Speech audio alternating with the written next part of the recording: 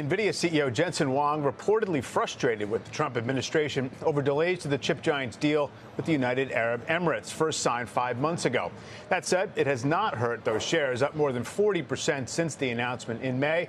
And that's where we'll start with Tony Wang, tech portfolio manager at T. Rowe Price. Nvidia represents more than 9% of his fund's holdings. Tony, great to have you to weigh in. So obviously, this is one potential deal, one big order among many. But how do we put it into context in terms of Nvidia's desire to essentially be the global standard and to continue to dominate the area?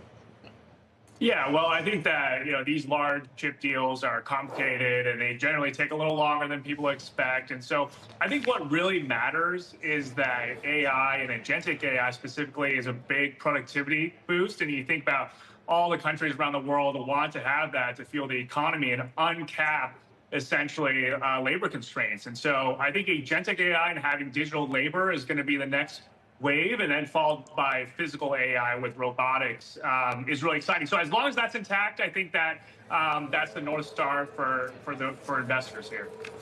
And just to, I guess, serve to another piece of news that's moving the market a little bit today is AMAT talking about, potential restrictions on sales to China. Now, this has been a strong stock. It's still up like 6% on a week-to-date basis because there's a lot of excitement about the entire kind of hardware food chain for AI and memory and storage. But talk to me about what that might mean, if anything. Yeah, I think you hit it on the head there. I think that largely the big picture is that, memory prices are going to be improving, demand is strong, and then you have continued investment on the leading edge by TSMC, and then you might get more Samsung and Intel coming back in the fold. I think that these restrictions are kind of more of the same.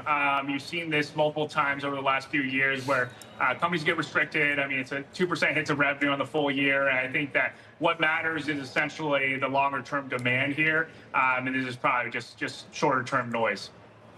I wonder, bigger picture, how you think about the investment proposition for so many of the companies that have been involved and have benefited from the AI spending boom. And specifically, I mean, like the Metas, the Microsofts, the Amazons, the Alphabets, et cetera. Because for so long, we said, oh, the Mag 7, of course that they have these high valuations and are dominating the index because they're asset light, they're magical free cash flow machines, they never have to reinvest in the business, you know what I mean? It's a network effect. And now it's totally different. They're spending down their free cash flow. They're obviously not going to have quasi-monopolies in this new space. So why are we paying up for them now under different circumstances?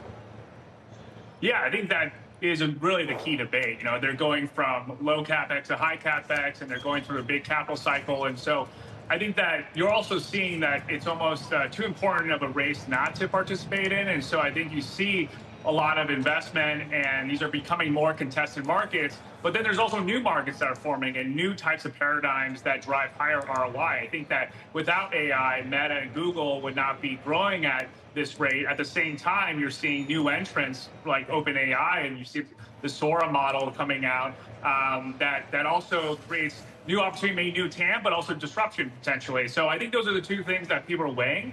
And then at the same time, I think they need to demonstrate ROI and leadership in AI for the market to view the terminal value to be intact or expanding. Speaking of OpenAI, their dev day is Monday. One note that I read this morning described the expectation of, quote, itchy trigger fingers out there in response to that. What are you looking for? Yeah, so I think that, their product philosophy has been really impressive. Their demos have been really kind of expansive in multiple areas. So I think that really is going to come down to the implementation of this. And, what are the details in terms of how enterprises can actually adopt this?